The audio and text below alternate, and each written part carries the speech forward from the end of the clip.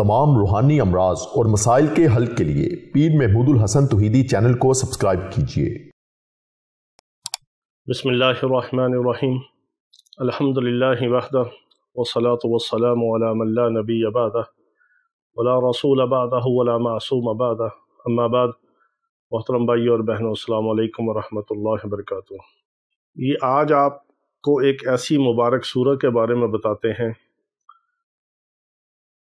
یہ ایسی سورت ہے کہ جو ساتوں زمینوں، ساتوں آسمانوں اور ساتوں سمندروں کی بادشاہت والی سورت ہے۔ جو بندہ مومن مسلمان اس سورت سے محبت کرتا ہے، اس کو پڑھتا ہے، اللہ رب العزت اس کو ساتوں زمینوں، ساتوں آسمانوں اور ساتوں سمندروں کے خزانے عطا فرما دیتے ہیں، کیونکہ اللہ رب العزت کا پاک کلام جو ہے وہ سب کلاموں کا بادشاہ ہے۔ جیسے اللہ رب العزت کی ذات اور اللہ رب العزت کی صفات لامحدود ہیں، نہ اس کی ذات کی کوئی ابتدا ہے، نہ اس کی ذات کی کوئی انتہا ہے، نہ اس کی صفات کی کوئی ابتدا ہے، نہ اس کی صفات کی کوئی انتہا ہے، نہ اس کا کوئی شمار ہے، نہ اس کا کوئی تناسب ہے، نہ اس کا کوئی کمپیریزن ہے، نہ اس کی مثل ہے، نہ اس کی کوئی مثال ہے۔ جس طرح میرا رب خود بے مثل ہے، بے مثال ہے، اس کا کوئی شریک نہیں، وہ ہر چیز پر قادر ہے، سب چیزیں اس کے قبضہ قدرت میں ہیں۔ اللہ کا کلام تمام کلاموں کا بادشاہ ہے، تمام کلاموں کا سردار ہے اللہ کا کلام۔ اسی طرح اللہ رب العزت کے پاک کلام کے جتنے بھی مجموعے ہیں، ان سب کا مجموعہ سورہ فاتحہ ہے۔ تو سورہ فاتحہ ایسی ہے کہ اگر اللہ رب العزت کسی کو یہ پڑھنے کی توفیق عطا فرما دے تو یہ بہت بڑی خوش قسمتی ہے۔ کتنے بے شمار ایسے لوگ ہیں کہ جن کو اللہ کا نام لینے کی توفیق نہیں ہے۔ اللہ پسند نہیں کرتا کہ وہ اللہ کے سامنے جھکیں، اللہ کے گھر میں آئیں، نماز پڑھیں، اللہ کا قرآن پڑھیں، اللہ کا ذکر کریں، اللہ کے سامنے سر بسجود ہوں۔ اللہ ان کو پسند ہی نہیں کرتا ان کی بدعمالیوں کی وجہ سے۔ اللہ جب اپنے بندوں کے اوپر ناراض ہوتا ہے تو ان سے اپنے ذکر کی، عبادت کی، نماز کی، سجدے کی توفیق چھین لیتا ہے، اور جس پر میرا رب راضی ہوتا ہے، جس پر اپنی رحمت کی نظر کرتا ہے، اس کو نماز کی، عبادت کی، سجدے کی، ذکر کی، اپنا قرآن پڑھنے کی، اپنا کلام پڑھنے کی، اپنا ذکر کرنے کی توفیق عطا فرماتا ہے۔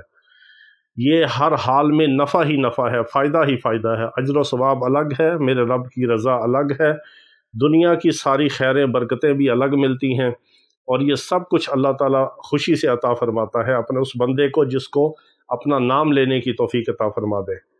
یہ بہت بڑی خوش قسمتی ہے، اور یہ اللہ کا پاک کلام ایسا ہے کہ جس کو دوسرے انبیاء نے تمنا کی کہ یا اللہ یہ امت ہمیں دے دے۔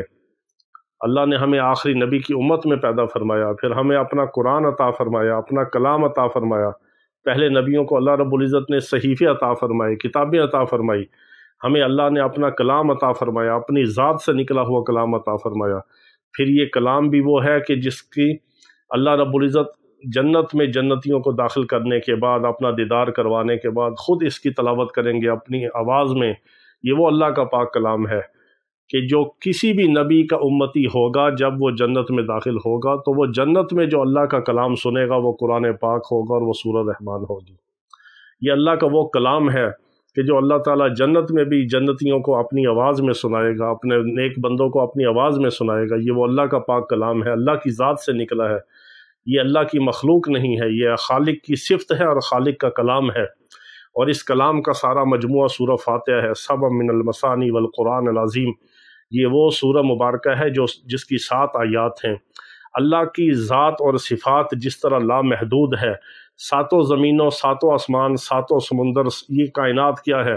اللہ کی کائناتیں لامحدود ہیں، اس کی کتنی کہکشائیں ہیں، کتنے اس کے کلسٹر ہیں، کتنے اس کے اندر ایسی گلیکسیز ہیں، کتنے اس کے اندر سیارے ہیں، کتنے اس کے اندر ستارے ہیں، کتنی زمینیں ہیں، کتنے آسمان ہیں، کتنی مخلوقات ہے، کتنی دنیایں ہیں، کتنے اس نے عالمین پیدا کیے ہیں، وہی جانتا ہے، جس کو نہ کوئی شمار کر سکتا ہے، نہ کوئی جان سکتا ہے، نہ میرے رب نے کسی کو وہ علم عطا کیا ہے۔ سب کچھ اس نے اپنے قبضہ قدرت میں رکھا ہے، غیب میں رکھا ہے۔ تو وہ ساری چیزیں جو ہیں وہ اللہ کی ذات اور صفات کے متحد ہیں وہ، اور یہ اللہ کا پاک کلام ہے۔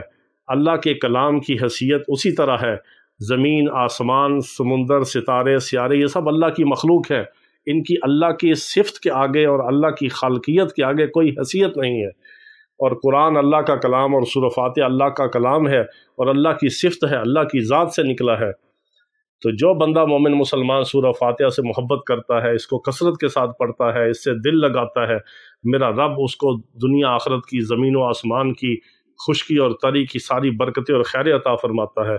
وہ جنات اور شیاطین کے اوپر اس کا ایک رعب اور دبدبہ ہوتا ہے، کیوں کہ وہ میرا رب جو ہے اس کے اوپر اپنی رحمت کا نزول کرتا ہے، اور میرا رب جو ہے وہ خالق ہے سب چیزوں کا، جس پر وہ اپنی رحمت کا نزول کرتا ہے، جس کو اپنا بنا لیتا ہے۔ یہ مخلوقات، یہ سمندر، یہ ستارے، یہ سیارے، یہ زمین آسمان، یہ خشکی اور ترین کی کیا حیثیت ہے؟ یہ سب اللہ کی مخلوق ہیں، ان سب نے فنا ہونا ہے، میرے رب کو بقا ہے، ان سب کو میرا رب فنا کرے گا اور پھر دوبارہ زندہ کرے گا۔ سب کچھ اس کے ہاتھ میں ہے، اس کے اختیار میں ہے۔ تو جس کو اللہ رب العزت سورہ فاتحہ پڑھنے کی توفیق عطا فرما دے، وہ خوش قسمت ترین انسان ہوتا ہے۔ آپ زندگی میں آزما کے دیکھ لیں، جب آپ یقین کے ساتھ اللہ کے کلام کو پڑھیں گے، یہی بات ہے کہ اللہ کا ہر اسم ہی اسم اعظم ہے، اور اللہ کا اسم اعظم ہی یقین اعظم ہے۔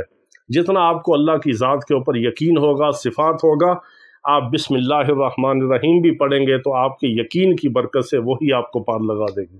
اسی یقین کامل کے ساتھ، اسی ایمان واثق کے ساتھ اللہ کے کلام کو، سورہ فاتحہ کو آپ پڑھیں۔ صرف آپ 70 بار روزانہ پڑھیں، اگر زیادہ نہیں پڑھ سکتے تو 70 بار پڑھیں۔ سورہ فاتحہ وہ مبارک سورہ ہے کہ جس کے بغیر نہ آپ کی عید کی نماز ہوتی ہے، جس کے بغیر نہ آپ کے وطر ہیں، جس کے بغیر نہ آپ کے فرائض ہیں، جس کے بغیر نہ آپ کے واجبات ہیں، جس کے بغیر نہ آپ کے نوافل ہیں، جس کے بغیر آپ کی نماز نہیں ہوتی۔ یہ وہ مبارک سورہ ہے، اور یہ اللہ کا پاک کلام ہے۔ اس کے اندر اللہ نے شفا رکھی ہے، برکت رکھی ہے، خیر رکھی ہے، اس کے اندر خزانے رکھے ہیں، دنیا اور آخرت کی نعمتیں رکھی ہیں۔ جس مقصد کے لیے بھی بندہ اس کو پڑھتا ہے، یہ اس کے مقصد کو پورا کرواتی ہے، اور یہ رب کی خاص رحمت میں بندہ ہوتا ہے جب وہ سورہ فاتحہ کو پڑھتا ہے۔ جس کو اللہ رب العزت سورہ فاتحہ کو پڑھنے کی توفیق عطا فرما دے، سمجھے اس کو دنیا آخرت کی ساری کامیابیاں، ساری عزتیں، ساری خیریں، ساری کامیابیاں، سارے خزانے اس کو مل گئے۔ تو آپ زندگی میں اپنا معمول بنا لیجئے، کسی بھی جگہ، کسی بھی وقت، کسی بھی حال میں، وضو بے وضو آپ سورہ فاتحہ کو پڑھ سکتے ہیں۔ وضو کے ساتھ پڑھیں تو اچھا ہے، ایک جگہ پڑھیں تو اچھا ہے، ایک وقت مقرر کر لیں تو بہت اچھا ہے، نور علی نور ہے۔ ورنہ آپ اس کو ہر حال میں، ہر جگہ، ہر وقت پڑھ سکتے ہیں۔ بسم اللہ کے ساتھ پڑھیں، سورہ فاتحہ کو 70 بار پڑھیں، اور اس کی برکات دیکھیں، اور اللہ کے ہاں اپنا مقام دیکھیں، اور دعاؤں کو قبول ہوتا اپنی آنکھوں سے دیکھیں۔ یہ بہت بابرکت عمل ہے۔ سورہ فاتحہ کو اپنی زندگی کا اوڑھنا بچھونا بنا لیجئے، پھر آپ اس کی برکات دیکھیں اور پڑھ کے اصالہ ثواب کریں۔ ہمارے تمام اعمال کی سب مسلمانوں کو عام اجازت ہے، خاص اجازت کے لیے اپنا نام اور اپنا علاقہ لکھ دیا کریں، اس کو بھی خاص اجازت دے دی جاتی ہے۔ اسم اعظم کی دعا میں شامل ہونے کے لیے اپنا نام اور اپنا مسئلہ لکھ دیا کریں، اور جو بھی آپ پڑھائی کریں، عمل کریں، وہ ہمیں، ہماری اولادوں کو، ہماری نسلوں کو، میرے آقا علیہ السلام کی پوری امت کو ہدیہ کیا کریں۔ حضرات انبیاء علیہ السلام سے لے کے سب امتیوں تک سب کا نام لے کے سب کو اصالہ ثواب کیا کرے، ہدیہ کیا کرے۔